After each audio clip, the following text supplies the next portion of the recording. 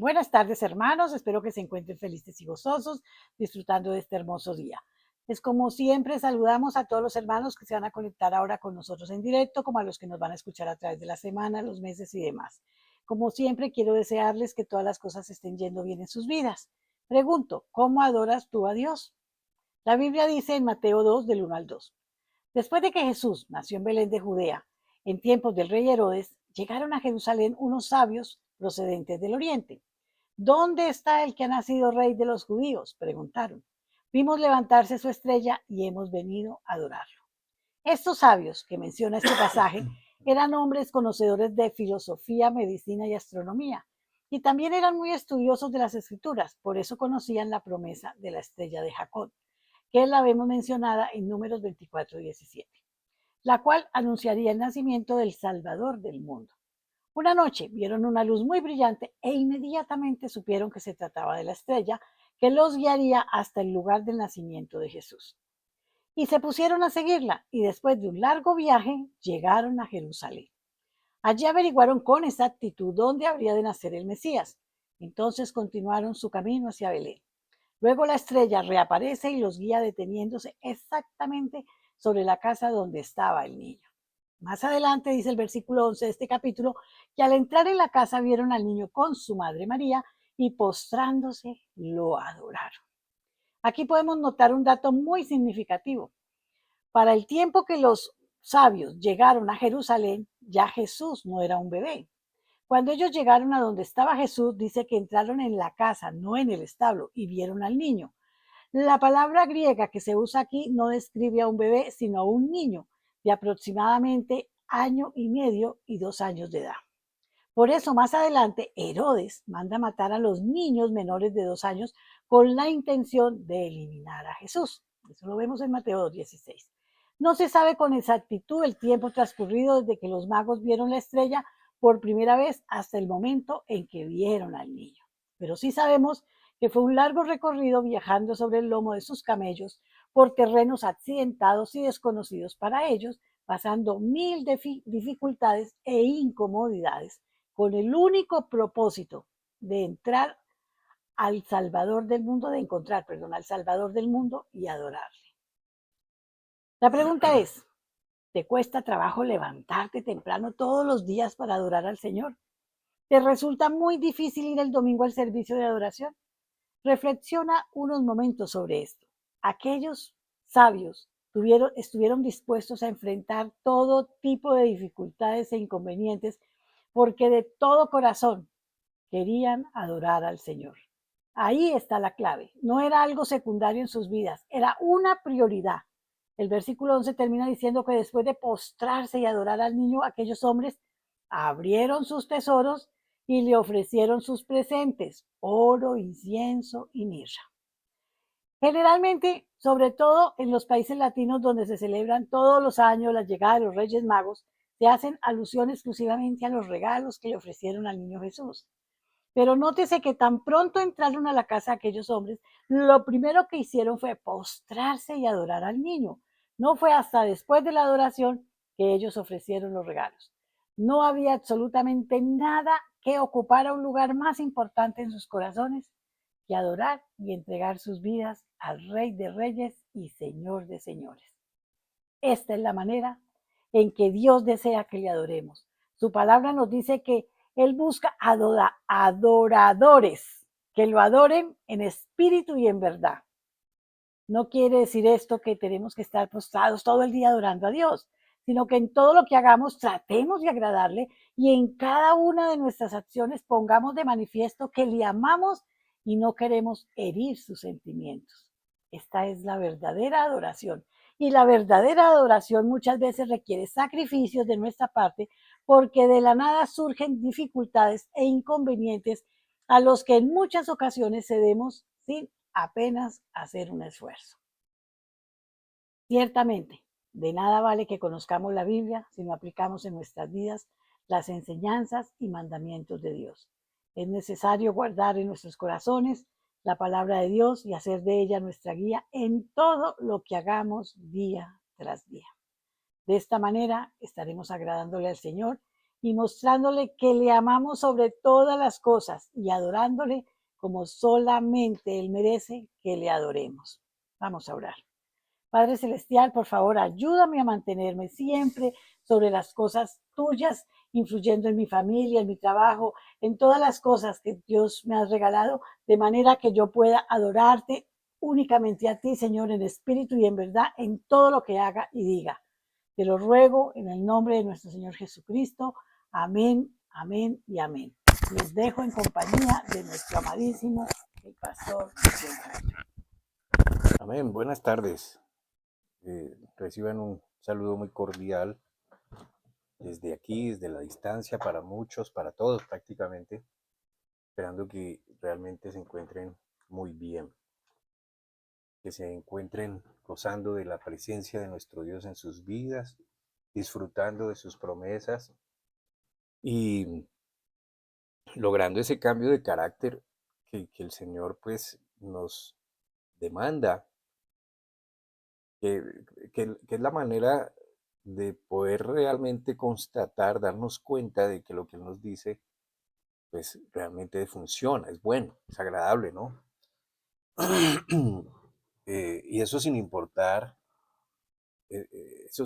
nuestras preocupaciones en cuanto a nosotros mismos. Es decir, cómo nos vemos, cómo percibimos que nos ve el Señor, cómo asumimos la palabra de Dios y, y cómo realmente permitimos que esta palabra afecte nuestra vida y nuestro entorno de una manera positiva, que es lo que Dios quiere. Hoy tengo una enseñanza que le puse un título un poco sugestivo, tal vez, no sé, y porque lo puse más con el objetivo de invitar a revisar nuestra propia fe para entendernos mucho mejor sobre lo que nosotros realmente creemos o no, cómo creemos, qué es lo que limita nuestra fe. Y para eso voy a usar algunos ejemplos de la Biblia en concordancia con lo que venía hablando los últimos sábados, para mostrar cómo personas naturales, normales, como usted, como yo, que son los que aparecen en toda la extensión de la Biblia, y no necesitaron ser personas perfectas, eh, personas que con algún don especial para servirle a Dios o para hacer las cosas que hicieron y que quedaron registradas en la Biblia. Muchos de ellos, como lo vamos a ver, se equivocaron. Pero el problema no es que se hayan equivocado, porque todos nos equivocamos. Entonces, y Dios sabe esto, o sea, Dios por eso ha tomado su plan muy en serio, por eso Él ha desarrollado su plan en sí mismo, lo ha ejecutado en sí mismo, por Él mismo, porque Él sabe perfectamente cuáles son nuestras limitaciones, cuáles son nuestras debilidades, cuáles son nuestras imperfecciones. Es algo que para Él sencillamente no, no tiene efecto, no importa.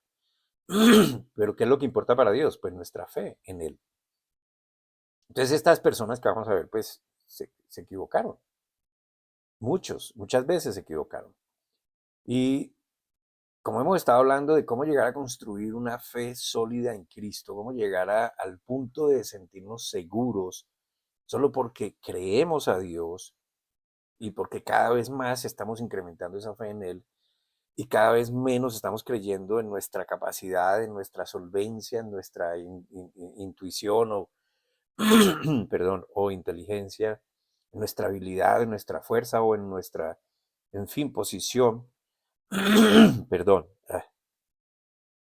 Entonces, ¿cómo esa fe va reemplazando lo que nuestros vacíos, y va llenando esa fe y va ayudando a que en esa fe nosotros realmente podamos conocer que la voluntad de Dios es buena, agradable y perfecta, como lo dice eh, la Biblia?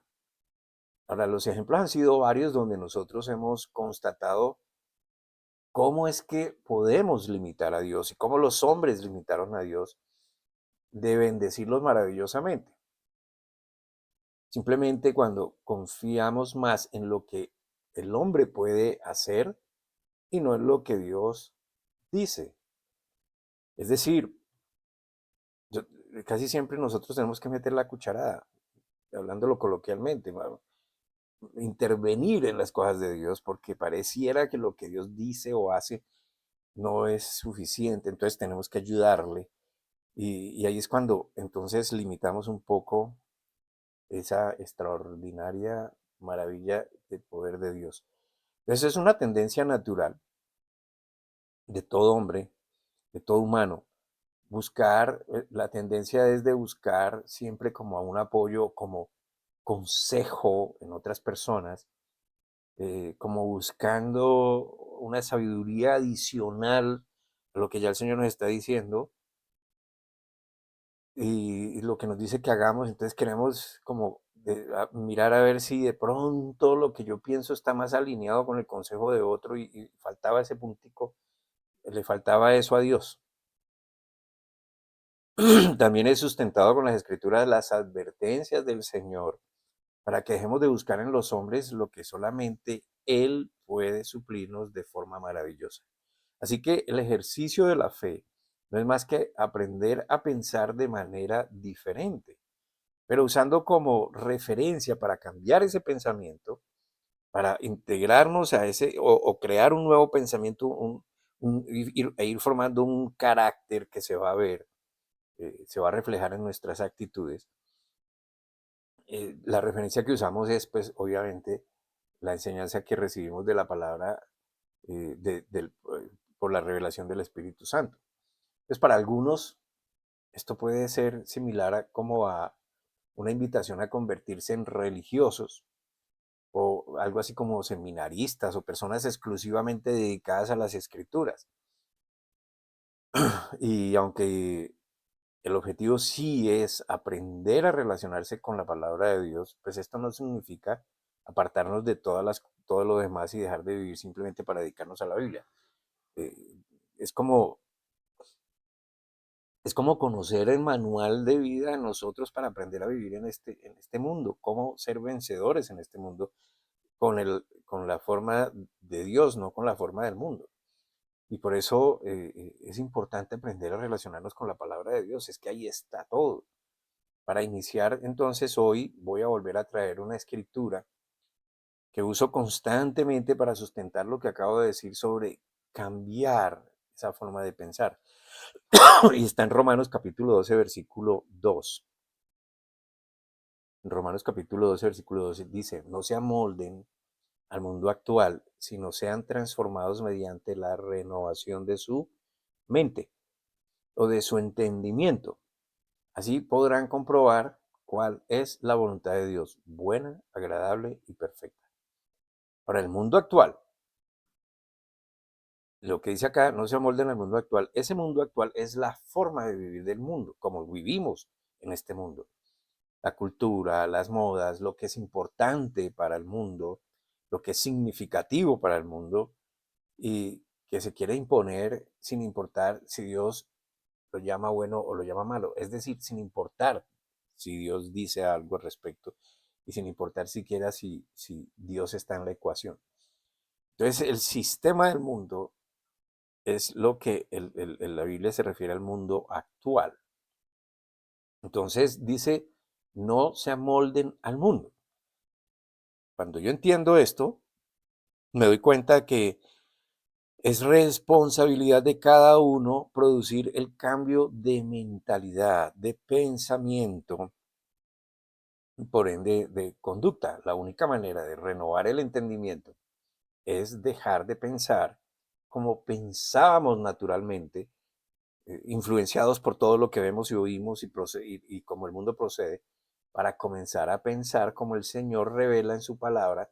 Y por eso es tan importante entonces leerla, meditar en ella y tenerla en cuenta.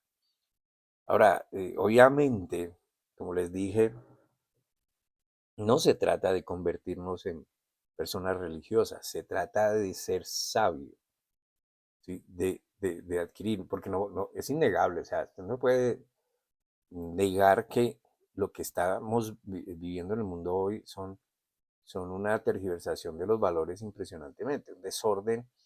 Ya hay muchas cosas que se toleran, hay muchas cosas que se les dice bien, hay leyes que soportan el degeneramiento moral, en fin, y entonces pues esto está entrando como en una normalidad, ya se vuelve parte del paisaje y entonces esto nos está afectando de mil maneras. El problema es que no nos pensamos a pensar qué tanta profundidad con qué tanta solvencia o profundidad nos perjudica lo que está diciendo el mundo que es bueno cuando es malo ante la moral de Dios. Entonces, es importante aprender a relacionarnos con la palabra de Dios, aprender a renovar, a dejar de pensar como pensamos naturalmente, para introducir la enseñanza de Dios, que es el manual de vida, en nuestra forma, en nuestra vida, en nuestro pensamiento, y ir formando un carácter, y por eso se llama renovar el entendimiento, porque al hacerlo así, entonces el hombre, quien quiera que sea, podrá comprobar que la vida que Dios enseña es buena, agradable y perfecta. Amén. Él quiere que experimentemos lo que es bueno, agradable, que Él creó. Y, y el punto es que cómo vemos la Biblia, ¿no? La Biblia para nosotros, ¿qué es? Un libro sagrado, es un libro intocable, es un libro que solamente algunos lo pueden leer, es un libro, etcétera, o es un libro para manipular. ¿Cómo vemos la Biblia? ¿Cómo la descubrimos? Y si nunca nos vamos a meter en ella, si nunca nos introducimos en ella, o ahondamos, estudiamos, pues no vamos a comprender su naturaleza, no vamos a comprender si es verdad o no es verdad, no vamos a conocer de Dios, vamos a tener simplemente un concepto de Dios. Entonces, la vida que Él quiere que nosotros experimentemos y lo vivamos desde ya, es una vida de bendición, de paz, donde las aflicciones pasan a un segundo plano, una vida en la que nosotros y los retos del mundo, lo que el mundo persigue, que es fama, poder, gloria, dinero, eh, aprendemos a que esto no es realmente lo importante. No estoy diciendo que no necesitemos, por ejemplo, el dinero. No estoy diciendo eso. Lo que estoy diciendo es, entran las cosas en orden de prioridades y nos vamos dando cuenta qué es realmente importante y qué no. Y entonces estas aflicciones que trae el mundo en sí mismo por todas estas cosas pasan a un segundo plano. Una vida en la que aprendemos a ver y esperar mucho más allá de lo actual, sabiendo que estamos siempre en sus poderosas manos. Y esto es lo esencial, saber que Dios está allí, que Él nos quiere sustentar, que Él nos quiere llevar por el bien, por el buen camino. Y simplemente nosotros lo dejamos porque Él es el que sabe, porque Él nos amó y nos ama, entonces realmente podemos entender que sí lo quiere. Entonces, lo que yo les digo es que algunos de ustedes, pues obviamente podrán decir que una enseñanza como esta puede parecerle conocida. Sin embargo, yo creo que el Señor nos está insistiendo, eh, colocando este deseo en mi corazón de profundizar más y más, de llamar la atención a toda persona en mi camino sobre no abandonarse a la idea de que ya lo sabe todo. O lo contrario, que es muy complicado todo esto de la palabra de Dios y que eso no es para mí y que yo más bien se lo dejo a los demás. Esto es para todos, para todos. Pues por supuesto esos pensamientos provienen de la conformidad del hombre al quedarse en el estado en que está. Él quiere estar en su hábitat, donde está cómodo, ¿sí? Y siempre debemos tener en cuenta que todo el tiempo el Señor nos está queriendo enseñar, porque todo el tiempo nuestra fe está siendo retada, todo el tiempo. Entonces, sobre todo en estas épocas de connotación religiosa, comienza la gente a darle poder divino a muchas cosas y son manipulables, son personas susceptibles a que las lleven por cualquier camino. Así que hoy nos vamos a concentrar un poco en la persona que quiere ir formando un carácter distinto al que tiene, y espero que usted sea esa persona, que usted esté inconforme, que usted quiera saber más de Dios, que quiera introducirse en el camino de Dios y, como le dije, no volverse un monje o una persona en un claustro, sino una persona sabia que adquiere sabiduría porque la está recibiendo de Dios. La persona natural que quiere creer, pero que tal vez no se ve capaz porque se sabe frágil, porque se sabe errática, imperfecta. Y eso es para nosotros. O tal vez aquella persona que lleva muchos años en el estudio del Evangelio y tal vez no ve que va progresando en su fe. Esto es para nosotros. Entonces la Biblia es la mejor fuente y la Biblia es generosa, muy generosa, en revelarnos ejemplos de personas normales, naturales, como usted, como yo, que creyeron a Dios, pero tal vez más de lo que ellos quisieron, se equivocaron más de lo que ellos de pronto quisieron. Y eso nos pasa, usted se puede estar equivocando muchas veces, usted puede decir, pero es que yo llevo muchos años en el Evangelio y todavía me sigo equivocando y ta. Y lo que usted tiene que entender es que no se trata de que usted no se equivoque, se trata es de que Dios sabe que usted se equivoca y que Dios quiere que usted aprenda a confiar más en Él. Entonces, al mismo tiempo, en esa generosidad de ejemplos, nos enseña que no depende de nuestra capacidad de mantenernos inmunes al error, sino de siempre estar mirando al Señor. ¿Qué es estar mirando al Señor? Pues obviamente no lo vemos. Lo que yo me refiero es a qué es lo que Él me dice, qué es lo que yo debo tener en cuenta, cómo me levanto de mis aflicciones, de mis errores, porque Él me dice que me levante, porque Él me dice cómo seguir, porque Él me da el aliento para seguir. Eh, y cómo seguir, ¿no? Entonces vamos allá a Hebreos capítulo 11, versículo 32. Este capítulo es importante en la Biblia porque habla de la fe de los hombres. Cómo actuaron por fe en el Señor. Y dice Hebreos 11:32, ¿qué más voy a decir? Me faltaría tiempo para hablar de Gedeón, de Barak, de Sansón, de Jefté, David, Samuel y los profetas. Y hay aquí algo muy interesante en esta escritura y la traigo a colación específicamente porque todos los detalles en la Biblia son importantes. Aquí hay varios nombres que nosotros podemos reconocer. Gedeón, Barak, Sansón, Jefté, David, Samuel y los profetas. Hay unos nombres reconocibles fácilmente y otros no. Algunos están en un orden diferente al que aparecen cronológicamente en la Biblia cuando revisamos quién aparece antes de quién en la historia. Y esto es lo que llama la atención, pues porque yo les decía la vez pasada, todos los detalles son interesantes. Por ejemplo, recuerde que el ejemplo de Gedeón y Barak. Hablábamos de Barak hace 8 días. Barak en el libro de Jueces aparece antes que Gedeón, pero está mencionado en el libro de Hebreos primero que, eh, Gedeón primero que Barak. Entonces, Barak está antes que Gedeón, Sansón está, y Jefté, y de igual manera sucede con estos dos personajes. ¿Sí? Sansón fue después de Jefté, pero en Hebreos está primero Sansón. Y, y el punto cuál es, ¿por qué quiero llamar la atención sobre esto? Porque quiero que usted piense, lo quiero inducir a pensar, que se dé cuenta que el orden también tiene alguna razón de ser. Todos, perdón, todos estos personajes que están aquí en el libro de Hebreos, en la carta a los Hebreos, en el capítulo 11, todos tuvieron fe en el Señor. Ahora, el asunto no es que tuvieran fe en el Señor, sino qué clase de fe tuvieron en el Señor. Fueron personas normales. Algunos tuvieron un oficio más destacado que otros, por ejemplo, el caso de David. David fue rey, Gedeón fue un general. ¿Amén? Entonces, cada uno tuvo un oficio. Y algunos de ellos tuvieron unas vidas más desordenadas que la de otros. Por ejemplo, Sansón fue más desordenado eh, que David.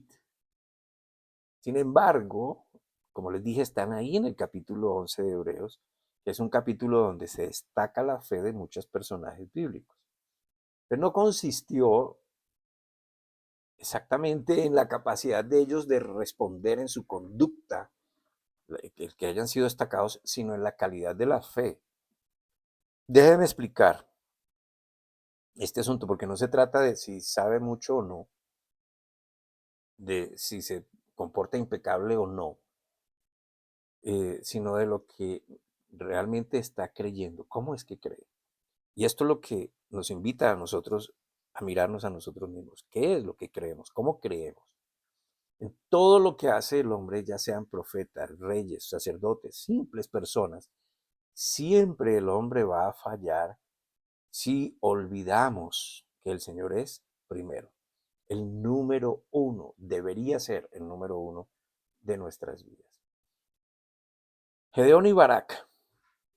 Gedeón, general del ejército; Barak, que fue el que hablamos la semana pasada de él. Dos personas que tuvieron fe en el Señor, pero Barak había recibido una instrucción muy precisa del Señor por medio de la profetisa de que fuera a la guerra porque Dios le entregaría al ejército enemigo en sus manos. Recuerden que Barak simplemente el Señor le dio ese mandamiento, lo manda que haga esto. La profetisa le dice y le recuerda, oye, recuerda que Dios te mandó. ¿Y qué es lo que hace Barak? Barak simplemente le dice a la profeta que si ella no iba con él no iba a ir. Porque de otra manera, pues, sencillamente, él no se sentía seguro. Entonces, ¿qué pasa con Barak? Barak dice al hombre, a la mujer que está allí, acompáñame, si no, yo no voy. Aún recibiendo la instrucción de Dios, ve tú, porque a ti te he entregado. Pero, ¿qué pasó con Gedeón? Gedeón, al contrario. Y usted puede leer su historia en el libro de Jueces. Se va a dar cuenta que pidió muchas señales al Señor antes de seguir la instrucción que le estaba dando. Y aún así, a pesar de que él le está pidiendo señales y el Señor le concede las cosas que él está pidiendo, el vellón, que se moje, que se mueva la sombra, que esto y lo otro, el Señor se las concede. ¿Por qué? Porque cuando en la Biblia nos invita a no pedirle señal al Señor, la razón es porque Gedeón no consultó ni con profeta, ni con sacerdote, ni con nadie más, sino que estaba hablando con Dios, estaba mirando a Dios, estaba consultando con Dios, ¿sí? Diferente a Barak, que estaba mirando a la profetisa. Entonces se trata de entender en qué es lo que realmente nosotros creemos, cómo creemos, ¿sí? En qué o quién estamos colocando nuestra fe. Y si es en Dios, lo importante por encima de cualquier conducta, cualquier conocimiento, poder, bondad, etcétera, es lograr esa calidad de fe que no quita la mirada de Él. Es decir, conocerlo, entenderlo, tener en cuenta lo que Él dice, porque cuando Él dice, Él habla, Él está hablando por la palabra, esa es su instrucción, ¿sí? No hay que agregarle, no hay que quitarle, no hay que pedir opinión, es hacer como Él dice. En el caso de Sansón y Jefté, Sansón fue un personaje, cuando leemos, muy carnal. Tal vez dentro de esta carnalidad lo que más se destacaba era su arrogancia, su prepotencia, porque tenía mucha fuerza y creyó que podía conquistar lo que fuera. De hecho, era un hombre que se le medía todas las cosas, todos los retos y salía victorioso. Y eso nos recuerda que a nosotros mismos, ¿no? Podemos ser nosotros cuando creemos que nuestras capacidades son mayores, que nuestra sabiduría es mayor, que nuestra astucia es mayor a lo que Dios nos dice. Y entonces ahí es cuando realmente olvidamos y limitamos a Dios olvidando que Él es el Todopoderoso. Ahora mire esto, en Jueces capítulo 15, versículos 15 al 19. Jueces 15, 15 al 19. Al encontrar una quijada de burro que todavía estaba fresca, la agarró y con ella mató a 1000 hombres. Entonces dijo Sansón, con la quijada de un asno los he amontonado. Con una quijada de asno he matado a 1000 hombres. Cuando terminó de hablar, arrojó la quijada y llamó a aquel lugar Ramat Lehi.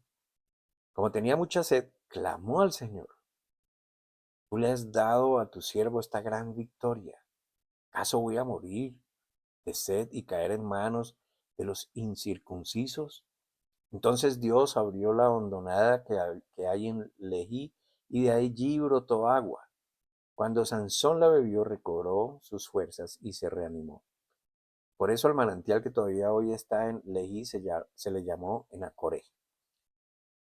¿Cuál es la actitud de Salomón? A pesar de ser un tipo tan carnal, tan pareciera no espiritual, cuando tuvo sed, clamó al Señor. Él no fue a pedir a nadie más, él clamó al Señor. Pero también esa victoria que él obtuvo al vencer a 1000 hombres, no se otorgó la gloria a él mismo, sino que se la otorgó a Dios. Sansón cometió muchos errores, era muy carnal, pero tenía muy claro de dónde venía su capacidad, su fuerza, su poder para vencer a sus enemigos. Tenía muy claro quién era su proveedor hasta para lo más esencial. Es como nos invita, por ejemplo, en el Nuevo Testamento, el capítulo 6 de Mateo, donde dice: no se preocupen por lo que van a comer, por lo que van a beber, por lo que van a vestir. Fíjense, lo más esencial, porque yo se los daré. Busquen de mí y yo les voy a dar lo que ustedes necesitan. ¿Sí? Entonces, fíjense que sí, Dios nos está diciendo las cosas: concéntrense en mí, mírenme a mí, vengan conmigo primero. Entonces, esto no se trata tampoco de, bueno, voy a esperar a que Dios me dé entonces el vestido. Pero Dios usa los medios terrenales, naturales, para bendecirme. ¿Amén? Pero yo sé que todo proviene de Dios. Yo voy como el Señor me dice que el que no trabaje no coma, entonces yo trabajo. El Señor me dice que, que no pida prestado, entonces no pido prestado. El Señor me dice que sea generoso, entonces yo soy generoso. El Señor me dice que yo sea perdonador, entonces yo soy perdonador. El Señor me dice que sea hospedador. En fin, tantas cosas que el Señor me está diciendo. ¿Amén? El Señor me dice que haga un presupuesto. En fin, entonces yo hago como Él me dice, pero sigo viviendo en este mundo. La bendición viene a través de lo natural. Si estoy enfermo, lo primero que hablo en mi enfermedad es: Señor, gracias porque tú me das la sanidad de mi cuerpo, tú me sanas todas las cosas que tengo mal en mi cuerpo. Y voy al médico y le pido a Dios que guíe al médico y que le dé la sabiduría para que él encuentre cómo solucionar el problema que tengo. Entonces, fíjense, no se trata de no vivir, sino de quién es primero. Ahora miremos a Jefté. Jefté, mire lo que hizo. Vamos allá, Jueces. Capítulo 11, versículos 30 al 31. Y Jefté le hizo un juramento solemne al Señor: si verdaderamente entregas a los amonitas en mis manos, quien salga primero de la puerta de mi casa a recibirme cuando yo vuelva de haber vencido a los amonitas, será del Señor y lo ofreceré en holocausto. ¿Cuál es el error de Jefté? Que hace una promesa al Señor. ¿Qué es lo malo de esto? Es lo que refleja una promesa al Señor. O como pedir una señal al Señor. Si tú haces, entonces yo. ¿Qué es lo que está reflejando en realidad esto? Una debilidad de la fe por falta de la relación con el Señor. Es como que todavía no estoy seguro de que tú vayas a actuar como yo quiero que actúes, o como que tú realmente me estás diciendo que vas a actuar, y por eso, no sé, más bien yo me voy a asegurar, porque si yo te hago la promesa, entonces de pronto tú sí cumples. Esto simplemente es inseguridad. Las personas piensan que deben hacer una especie de intercambio con él, pactos económicos, por ejemplo.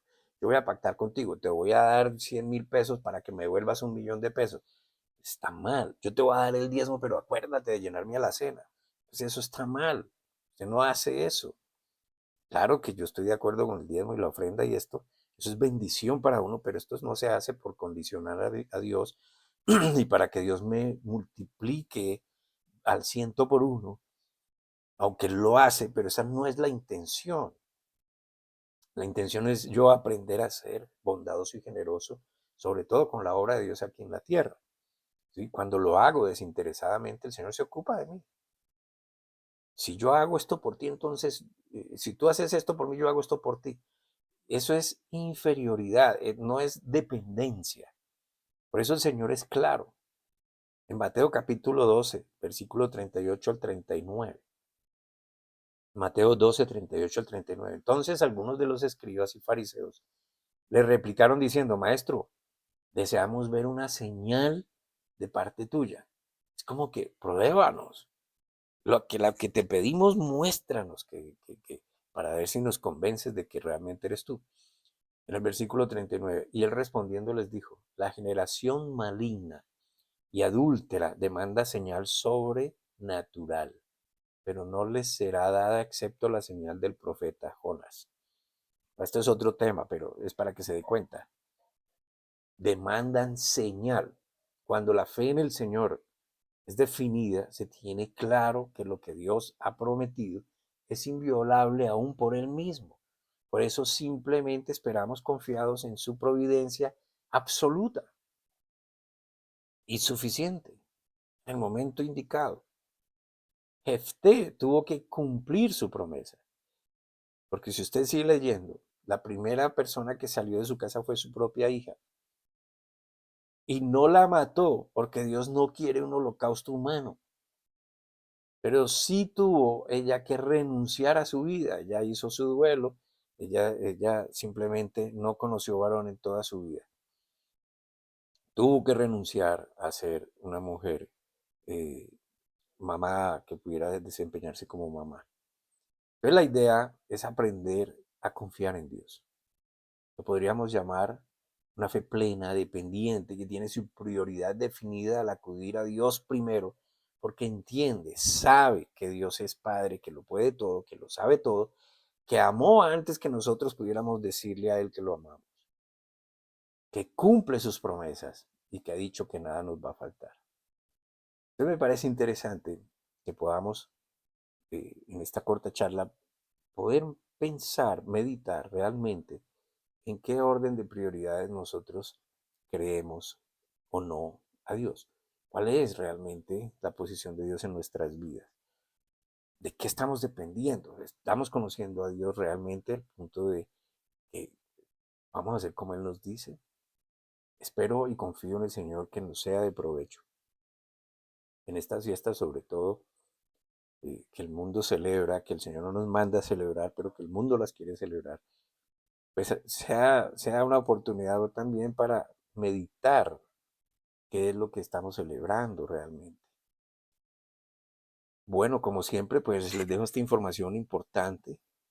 Espero que de alguna manera, si lo podemos ayudar, pues nos diga, nos deje saber. Y damos muchas gracias a Dios por su ayuda en esta materia, por ayudarnos a seguir adelante. Vamos a darle gracias a Dios.